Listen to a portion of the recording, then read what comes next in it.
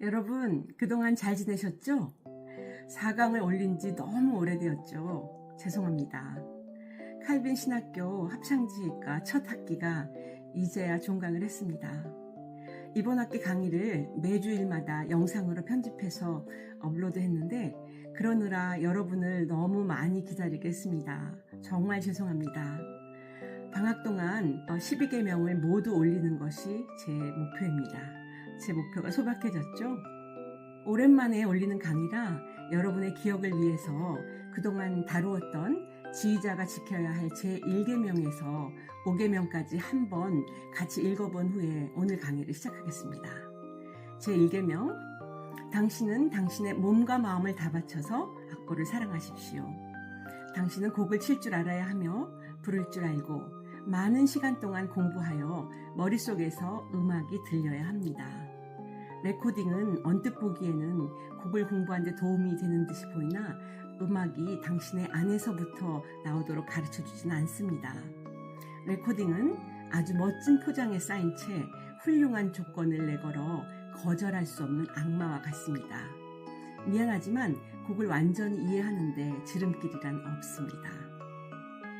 당신은 매 리허설마다 원하는 것이 정확해야 합니다. 얼마나 오래 연습을 시킬 것인지, 언제쯤 완성시킬 것인지 알아야 합니다. 그리고 그 계획을 합창단에게 얘기하여 그들이 당신과 함께 하도록 해야 합니다. 3계명은 다음과 같습니다. 만약 당신이 연습 중에 멈출 때는 그 이유를 정확히 말해야 합니다. 그냥 한번 다시 합시다 와 같은 발언은 삼가합니다. 반드시 멈출 때는 그 이유를 정확히 알고 멈춰야 합니다. 만약에 그 이유를 모를 때는 멈추지 마십시오. 제4계명, 필요한 말만 하십시오. 당신의 직분은 지휘자입니다. 그러므로 지휘를 하십시오. 틀린 곳이 있으면 바로 불러주거나 안 틀리도록 지휘로 보여주십시오. 당신은 당신의 지휘봉을 통해서 말하도록 노력하십시오. 그러고도 효과가 없으면 그때 말로 하십시오. 제5계명, 반복할 때는 정말로 변화가 있어야 합니다. 당신이 반복할 때 필요한 것을 제안하거나 틀린 것을 지적한 후 다시 부를 때 변화가 있었다면 그것은 당신이 확실히 원했기 때문입니다. 어떠세요? 어렴풋이 기억나시죠? 오늘은 6계명에 대해 배워보겠습니다. 제6계명은 다음과 같습니다. 당신은 당신 자신의 실수를 시인해야 합니다. 실수를 감추기 위해 애매한 말을 하거나 합창단을 실수로 돌리는 일은 하면 안 됩니다. 우리는 신이 아닙니다. 지휘자와 합창단은 서로 공생하는 관계입니다. 이것은 단지 지휘자들에게만 적용되는 내용은 아닌 것 같습니다. 모든 인간관계에서 적용될 수 있을 것 같습니다. 실수를 인정한다는 것은 말처럼 쉽지만은 않은 것 같습니다. 용기가 필요한 것 같습니다.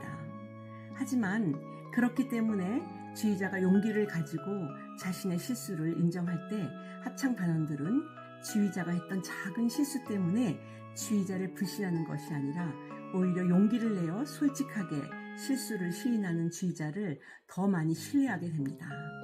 물론 지휘자는 실수를 하지 않도록 철저히 준비하고 노력해야 하겠지만 때로는 작은 실수로 인해 최고의 지휘자가 될 수 있는 기회가 생길 수도 있습니다.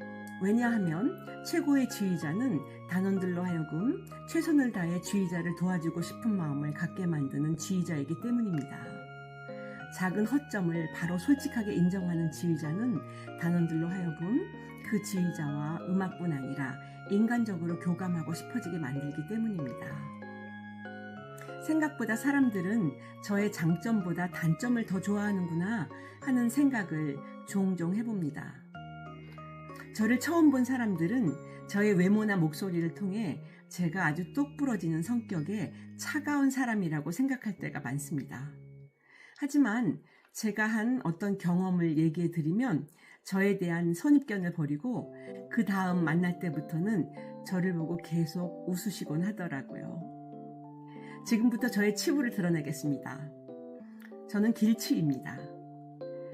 그래도 조금 위안을 받는 것은 음대에는 길치가 아주 많고 전혀 근거 없는 이야기지만 저희 길치끼리는 음악성과 방향 감각과는 반비례한다고 스스로 위로하며 살곤 합니다.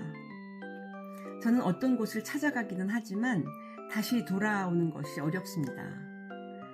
방향 감각이 좋으신 분들은 간 길을 그대로 나오면 되는데 뭐가 문제일까 싶으시겠지만 길을 들어갈 때 우회전은 다시 돌아 나올 때는 좌회전으로 되기 때문에 길치인 저에게 간대로 똑같이 나오는 것은 이미 똑같은 방향이 아닙니다.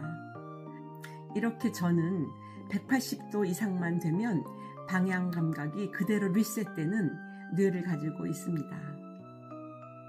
제가 웨스민스터 콰이어 컬리지에서 석사를 할 때 한인교회를 지휘한 적이 있었습니다.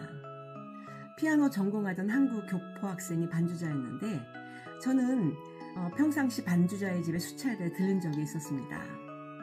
그때는 아직 내비게이션이 사용되지 않을 때였습니다. 그날 저는 반주자 집으로 향하고 있었고 그런데 아무리 가도 제가 좌회전을 해야 하는 지점이 나오질 않았습니다. 느낌으로는 이미 지나친 것 같아서 계속 왔다 갔다를 반복하다 하는 수 없이 반주자에게 전화를 걸어서 저를 데리러 와달라고 부탁했습니다. 저는 반주자의 차를 따라서 마침내 반주자의 집에 도착하게 되었습니다. 나중에 제가 좌회전을 할 수 없었던 이유를 알게 되었습니다. 여러분도 궁금하시죠? 제가 좌회전을 하는 지점에는 넓은 갈대밭이 있었습니다. 그래서 갈대밭이 보일 때 좌회전을 하면 곧 반주자의 집에 도착할 수 있었습니다. 그런데 시에서 갈대밭의 갈대를 다 잘라버렸던 거죠. 늘 이정표로 삼던 갈대밭이 없어졌으니 저는 없는 갈대밭을 계속 찾으며 직진을 하게 된 거죠. 혹시 제가 똑소리 난다거나 얼음공주 같다거나 하는 선입견을 가지셨던 분이 계세요? 자, 저의 얘기를 들으시니까 어떠세요? 도와주고 싶으시죠? 저는 너무 허점이 많아서 항상 정신을 똑바로 차려야 하는 불량한 상태지만 그렇지 않으신 분들은 오히려 작은 허점을 통해서 상대방의 마음을 살 수도 있을 것 같습니다. 자, 그럼 7계명 가겠습니다. 제7계명, 발생하지 않은 문제를 앞서 말할 필요는 없습니다. 문제가 생길 때까지 기다린 다음 나중에 이 부분이 어렵죠? 그렇지만 우리는 할 수 있습니다. 라고 말하십시오. 제7계명 또한 지휘자뿐 아니라 모두에게 적용되는 내용인 것 같습니다. 영어로 라이던이라 말할 때는 더 일찍도 더 늦게도 아닌 바로 그 타이밍을 얘기합니다. 학생들에게 지휘를 가르치다 보면 성격이 급하고 항상 미리미리 준비하는 특성을 가진 학생이 있습니다. 이들은 일상적으로 한 박 전에 예비박을 주곤 하는데 한 박자보다 더 전에 예비박을 줄 때가 있습니다. 하지만 이런 부지런함은 도움이 안 될 때가 더 많습니다. 예비박은 딱 한 박자 전에 주어져야지 효과가 있습니다. 비단 지휘 테크닉 외에 단원들을 지도할 때도 라이던 타이밍이 지켜져야 합니다. 아직 발생하지도 않은 문제를 지적하여 리허설 시간을 허비하고 단원들의 사기를 죽일 필요는 없습니다. 문제가 발생했을 때 수정해도 늦지 않습니다. 그러므로 내일 일을 위하여 염려하지 말라. 내일 일은 내일이 염려할 것이요 한날의 괴로움은 그날의 족하니라. 마태복음 6장 34절의 말씀이죠. 우리는 이 세상을 살면서 실체가 없는 걱정으로부터 자유로워지기 위해서 끊임없이 노력합니다. 어니 제이 젤린스키의 느리게 사는 즐거움에 따르면 우리가 하는 걱정거리의 40%는 절대 일어나지 않을 사건들에 대한 것이고 30%는 이미 일어난 사건들, 22%는 사소한 사건들, 4%는 우리가 바꿀 수 없는 사건들이며 나머지 4%만이 우리가 대처할 수 있는 진짜 사건들이라고 합니다. 즉 우리가 하는 96%의 걱정거리가 쓸데없는 것이라는 얘기입니다. 쉽지 않은 얘기겠지만 젤린스키의 통계를 늘 기억한다면 진짜 일어나지도 않을 걱정을 미리 가불해서 묵상하며 괴로워하는 어리석음에서 점차 벗어날 수 있지 않을까요? 그럼 8계명으로 넘어가겠습니다. 제8계명. 너무 세부적인 것에 너무 많은 시간을 소비하면 안 됩니다.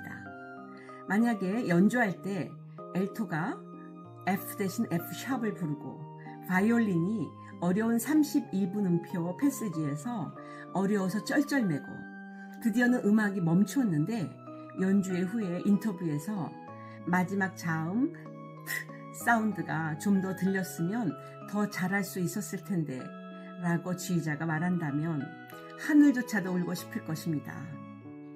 이 지휘자는 전직의 코미디언이 아니었나 싶습니다. 만약에 진짜 이런 일이 발생한다면 너무 어이가 없어서 웃을 수도 없을 것 같습니다. 사실 관객들에게 감동을 주는 연주를 하는 것은 생각보다 그리 복잡하진 않습니다.